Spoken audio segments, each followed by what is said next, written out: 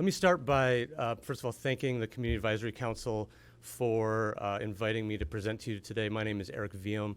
I chair the Slow Climate Coalition in San Luis Obispo, and I'm also the program director for Uniting the Central Coast for Action, which is a partnership between the Slow Climate Coalition and the Romero Institute, and we're working to organize stakeholders to create a voice calling for climate leadership on the Central Coast. I want to make special appreciation to Chair Groot and Co-Chair Capron for inviting me to present to you today.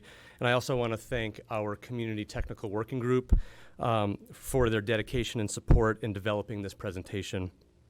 I feel honored to be making the first of its kind community stakeholder presentation to the 3CE Community Advisory Council, and I hope that you find our time together of significant value and that this becomes the first of many such conversations to occur before your council. As this CAC demonstrates, the Central Coast has an unlimited resource of committed community members with valuable perspectives and specialized skills and expertise to help realize the vision of our community energy program. As a brief introduction to me, I've spent the last 15 years focused on developing technical expertise in nearly all aspects related to community energy and local climate action. I'm an energy engineer by discipline with expansive experience in the private sector, the public sector, and with community-based organizations. I've owned and operated an agricultural energy company, consulted for large, small and large commercial customers, including hospitals and military environments. And for almost 6 years, I managed energy and utilities at Cal Poly in San Luis Obispo, where I led the development of a 5-megawatt solar farm. I've also conducted energy research funded by the state of California.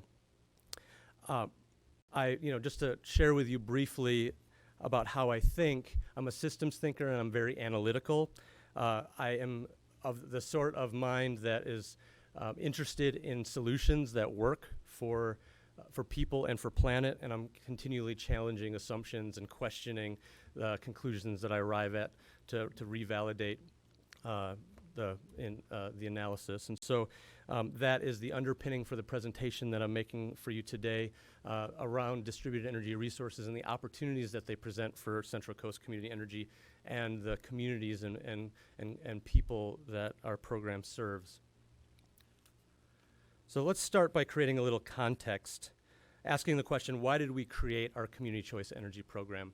And from our founding documents and from listening to the expressions of our policy board members and our advisory councils, I believe there's broad consensus that these are the reasons these are really the shared values with which our community choice program is based.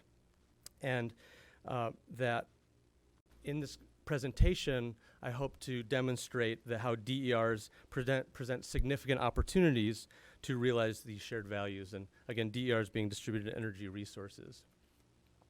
So let me start at the beginning with just briefly how CCEs work. I think it's important to recognize that community choice energy programs follow a very, and across the state, follow a very conventional utility model where the CCE provides wholesale procurement from primarily large resources. The utility provides distribution or delivery across the distribution transmission system, and then the customers receive retail electricity. This model, of course, has been in place for 100 years, and due to a whole variety of factors, including our state and the world's rapid push towards decarbonization of our electricity system and our entire economy, to the ongoing and accelerating climate-driven disasters that we're experiencing, and then also a whole suite of technologies that are rapidly evolving, that are quickly changing, and the economics of which are also improving extremely fast. So what I'm going to do here in terms of in an introduction to distributed energy resources is to zoom in to the right side of this very simple and elegant description of CCEs into the customer side to introduce distributed energy resources.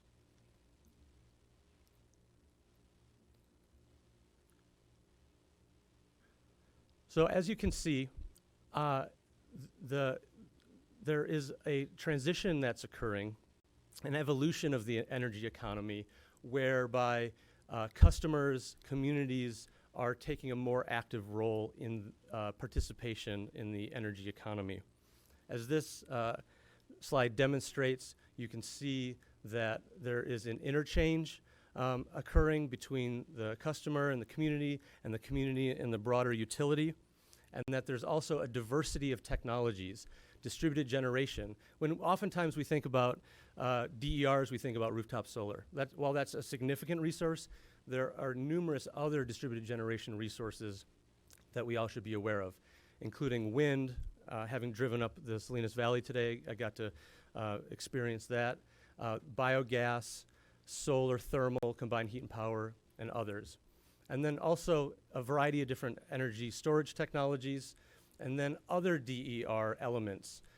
Energy efficiency, of course, being primary and one of the most valuable, smart appliances, and then people, the people in the community that are engaging now more than ever in a meaningful way, both as participating, owning, and benefiting from the energy economy. The main point that I want to leave with you in this slide is that there's a diversity of technologies, that they are flexible and they can be deployed at a variety of different scales, and that the technologies are evolving quickly. I'm going to take the next few slides to share with you some emerging DER opportunities that start to kind of reveal the opportunities that we have to unlock the value created, the value streams created by distributed energy resources. So the first emerging DER opportunity are virtual power plants.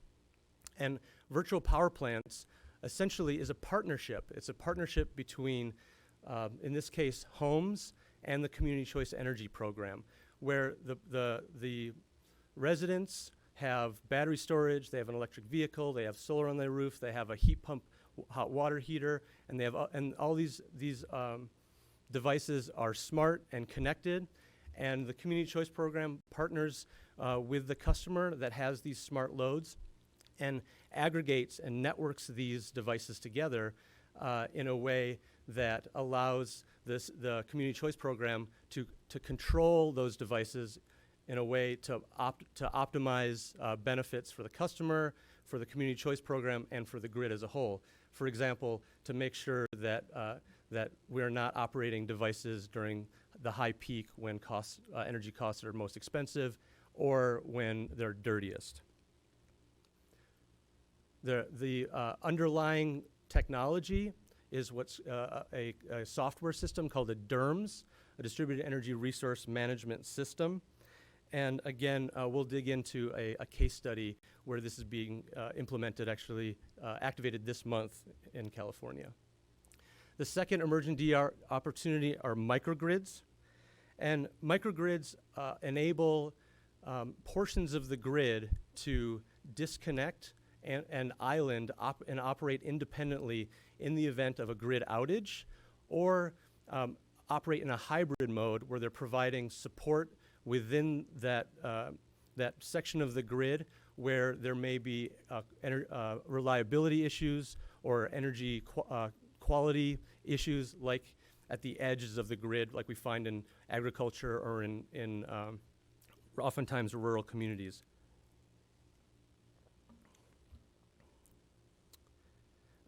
And our very own community in Gonzales is building a model of that at this time, which is a good example of that sort of hybrid microgrid approach. And then the third emerging DER opportunity I want to share with you today is vehicles to home. Now let me just paint a picture of what's happening here in the image. Right now, this is the calm after a major storm, and the power is out at the houses all around this person's home. And because this family has one of these new F-150 Lightnings, they have the capability to plug in to their home and to keep the lights on, even though the grid power is down for all the neighbors. And this is a really exciting one, because we really believe that this technology is a game changer, and it provides energy resilience. As an example, a Tesla Model 3 has 4 Powerwalls worth of capacity, and these F-150 Lightnings, it's even greater. The F-150 Lightning is projected to be able to operate the home during an outage for up to 3 days on its battery capacity.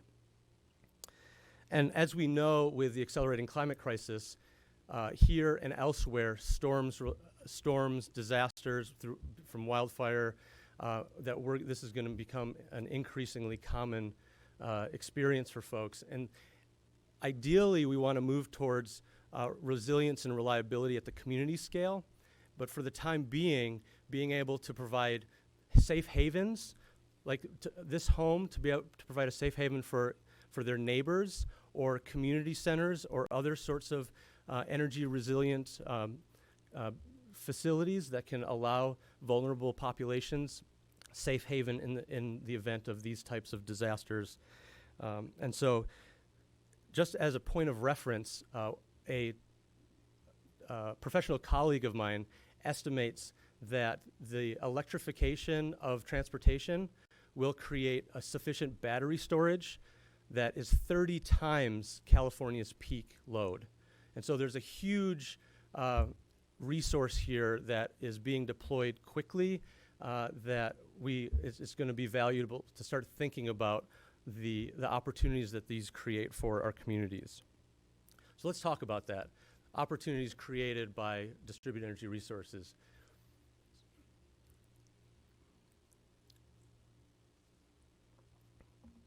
Distributed energy resources, as I had shared earlier, contribute to the shared values of Central Coast Community Energy.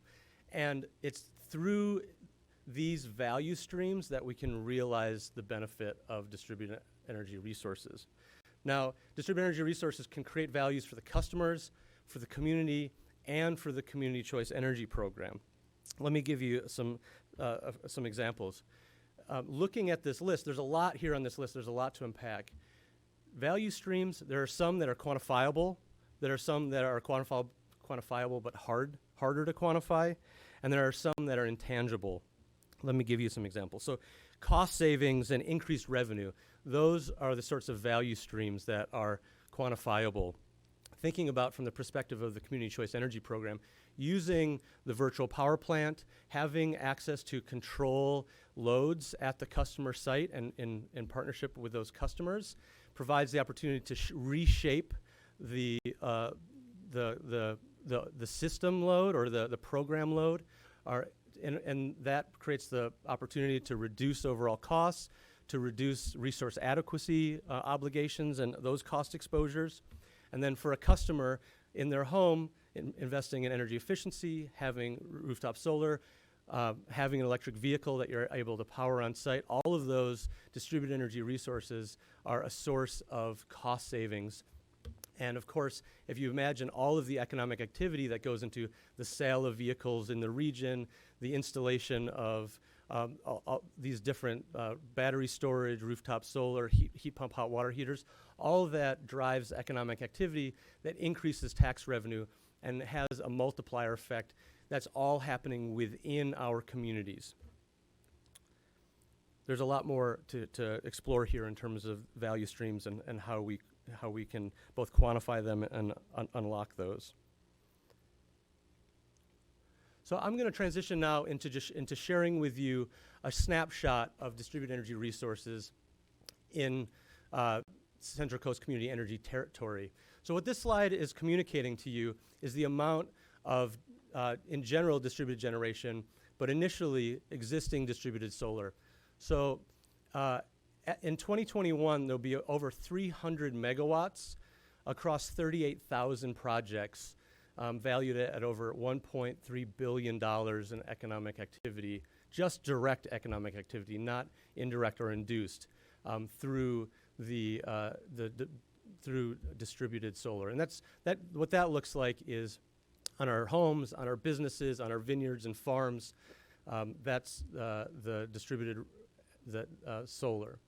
And then in 2021 alone, we estimate that 46 megawatts of additional distributed solar will be installed across 3,800 projects, valued at $184 million. Additionally, over the last few years, it's only been really 3 or 4 years, we've, across 3CE territory, installed about 16 megawatts of battery storage, across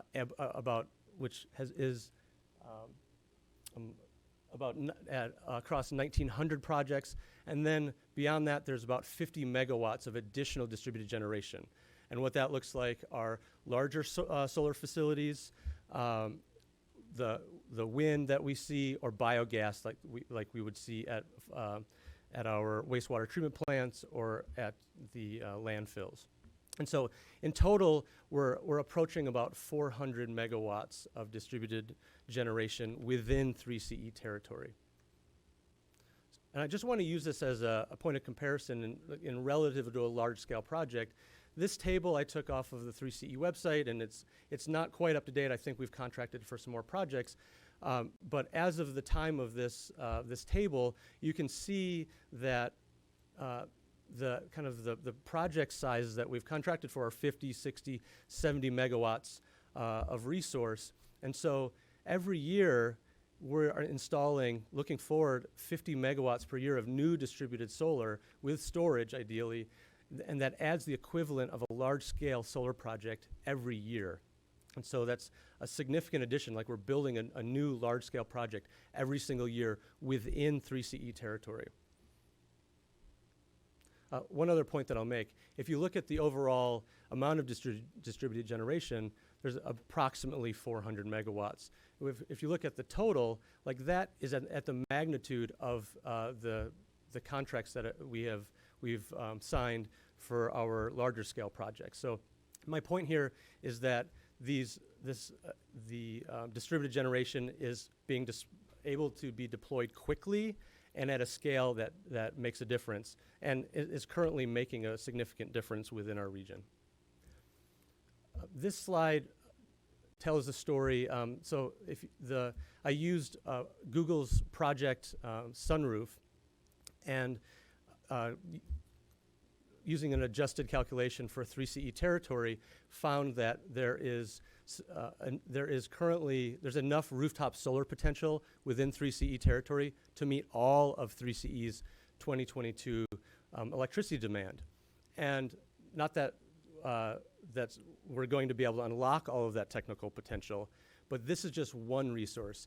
Energy efficiency, solar on parking lots, and other distributed generation in the community and at the substation scale. The point here is that there's significant distributed resource potential within 3CE's territory. Oops. There we go.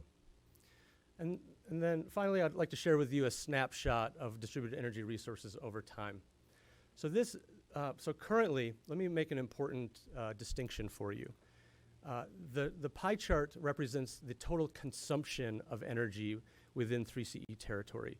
The red portion is the amount of energy being supplied by 3CE, and the gold portion is being supplied by other distributed resources. So there's several slices to that pie. That includes the NEM-connected, primarily solar. It includes the other distributed generation, and then it also includes energy efficiency. So currently, in 2022, about 15% of total 3CE consumption is being met by distributed energy resources. And by 2030, that number is projected to increase to 25%. And the data is sourced from state-level data sources that are consistent with current state policy. So let me share a little bit about microgrids and the activity that's going on within 3CE territory and adjacent to it. So currently, there's 15 projects taking place within 3CE territory, and another, I believe, 5 in the city of Camarillo, just in Ventura, that that are either operational, in construction, or in development. And so the Central Coast is leading in distributed energy resources, and the reason is that we have organizational capacity, such as the Clean Coalition, which is in Santa Barbara. They're doing the work with Santa Barbara Unified School District and with the City of Camarillo and others, of course. And then, of course, the leadership in the City of Gonzales, the San Benito Health Clinic. All of this leads to experience, capacity building, and a leadership in the state that 3CE has the opportunity to play a key role in advancing and accelerating. And there's clearly a lot that we're learning in these projects, and a lot for us to do by working together in partnership. So now I'm going to share with you a few case studies that I believe are examples that can be a source of inspiration and a source of technical support in helping to continue 3CE's leadership in California. The first is, building off of the previous slide around microgrids, is a vulnerable community facility resilience program that's in the process of being developed by East Bay Community Energy. And what's really exciting and important about the work that's being done in East Bay is that they are working at scale to develop energy resilience across Alameda County. And so, led by the Community Choice Program, they're working with member jurisdictions to identify locations that help to support and serve vulnerable communities in the event of grid outage or other disasters.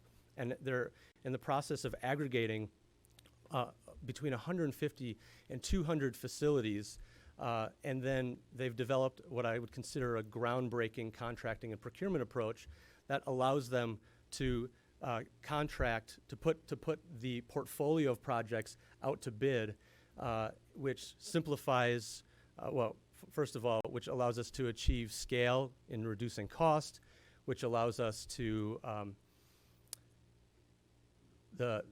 both in cost and in the reduce transaction costs, reduce burdens on the member jurisdictions, and to be able to deploy resiliency and all of the benefits that come along with that within the communities. These 200 facilities at that sort of scale provides us the opportunity to really start engaging our partners in labor and making a meaningful impact in our commitment to equity by deploying these in support of vulnerable communities. The second case study is a virtual power plant, and this is a case study of work being done by MCE Clean Energy, our neighbors in the North Bay.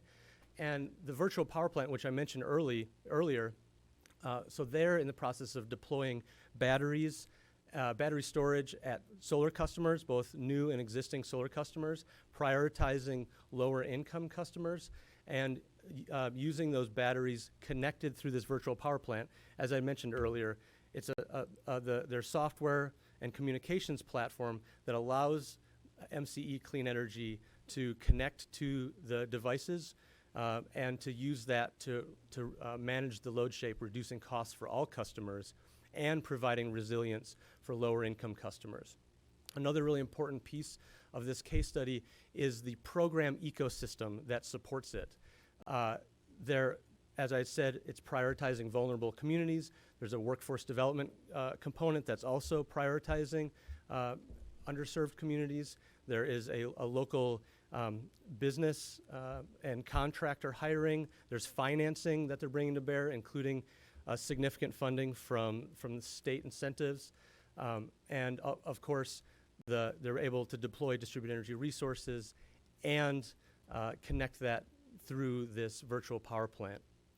What's really powerful about this is that this is just the beginning, right? The deployment of these batteries is just one technology that's possible. The DERMS, this Distributed Energy Resource Management System, builds capacity for the Community Choice Program that allows them to plug in other technologies, electric vehicles, heat pump hot water heaters, thermostats, and start to aggregate and create, as the name implies, meaningful scale of load that they can use to optimize costs for the CCA, and then also maximize benefits for the customers as well.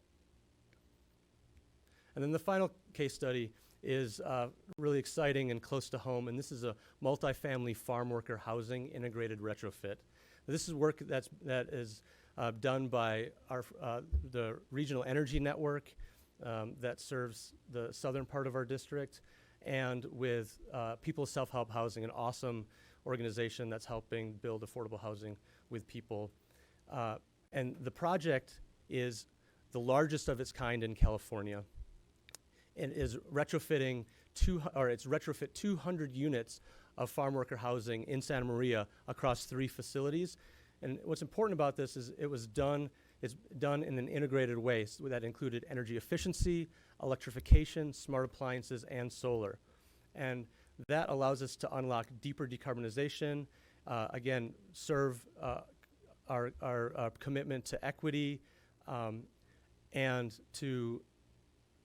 and what I see as possible from here is, and to really work at scale. And so there's an opportunity for Central Coast Community Energy to grow the partnership, which I already know exists with the Regional Energy Network, where we can focus on electrification and electricity, and the Regional Energy Network can focus on energy efficiency, and we can work together to advance this so that we can do 200 units this year and 2,000 units next year. Another exciting opportunity is going back to this idea of the virtual power plant. All of these devices, the thermostats, the heat pump hot water heaters, those could be integrated into the virtual power plant, again, for control by the community choice program to maximize value for all that are involved. So I'm going to bring my presentation to closure with some recommendations. First, we have an opportunity to build on the great work of 3CE and its peer organizations, and there's a couple ways for us to do that.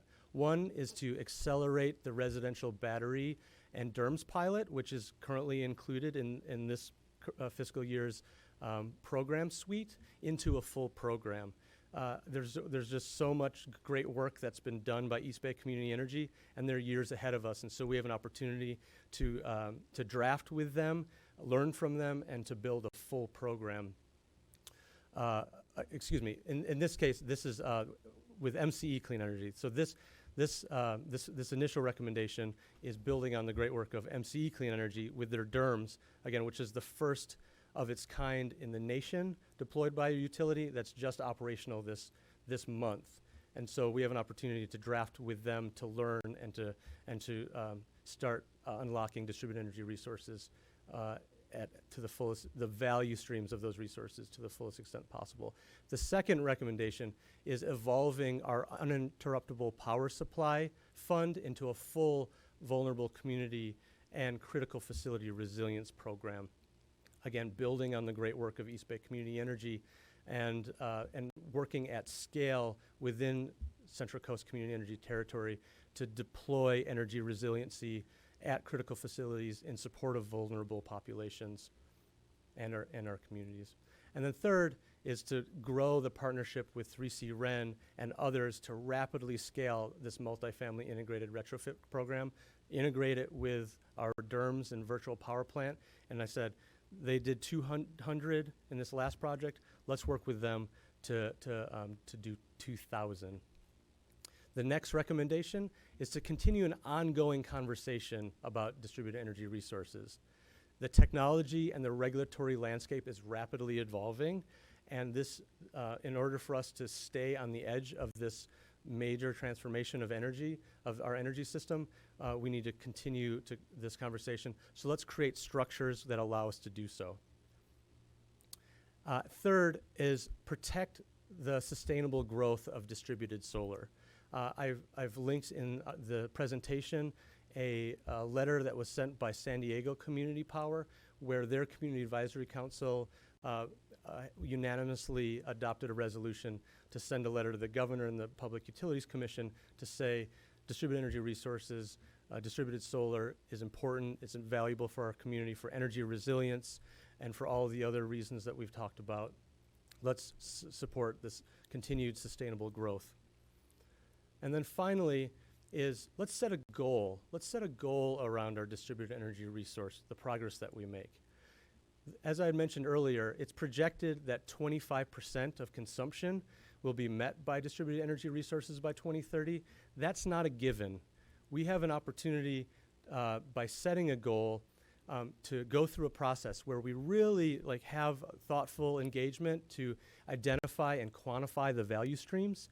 And I think that we'll find through that exercise that advancing the distributed energy resources as a priority for Central Coast Community Energy creates tons of value, massive value within our communities. So let's identify and quantify the value streams. Let's create a plan on that builds on these case studies that I've shared with you today, that lays out how we'll partner to achieve our energy efficiency goals, and and then of course to track progress and reevaluate that annually. And so in terms of setting the goal, as I said, it's projected that by 2030, 25% of consumption will be met by distributed energy resources. Let's set a stretch goal to make that 30% of total consumption being met by our distributed energy resources. So let me share with you a few next steps. October 19th, Uniting the Central Coast for Action is hosting another in a series of webinars on distributed energy resources, asking the question, how do DERs benefit our communities? And I invite you all to attend that workshop. We're actually going to be hearing from our council member Snodgrass on the work that they've done at Granite Rock. And we'll also be hearing about the case study for the integrated farm worker housing. The second is I'm going to share with you, and I encourage you to review the August 17th DER workshop. We've got a 2-pager that we'll be sharing with you and asking the question, what are CCEs doing for DERs now? That includes the case studies from East Bay Community Energy on their resiliency and the work being done by MCE Clean Energy on their virtual power plant. So you can actually hear for yourself from the staff that are doing that work, what they're up to, how it's going, the challenges they're encountering, and why that they think it's valuable. So let me close by, again, thanking you for the opportunity to present and to share our perspective on the value streams and the opportunities created by distributed energy resources and the opportunities that they create for Central Coast Community Energy, for the member communities, and for all the customers and residents of this region. There's an opportunity here to support the continued leadership of Central Coast Community Energy through by unlocking the value of distributed energy resources. Thank you so much.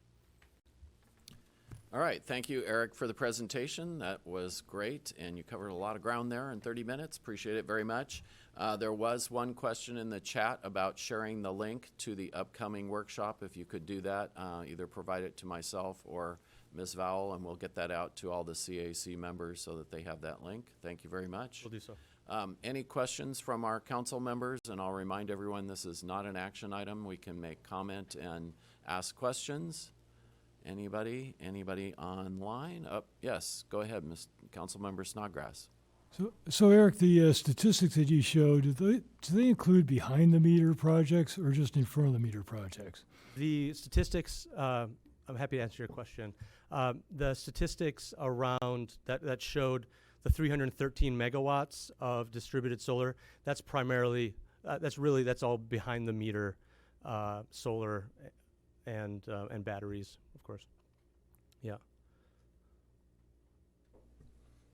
All right, thank you. Council Member O'Rourke, I see your hand raised. Go ahead.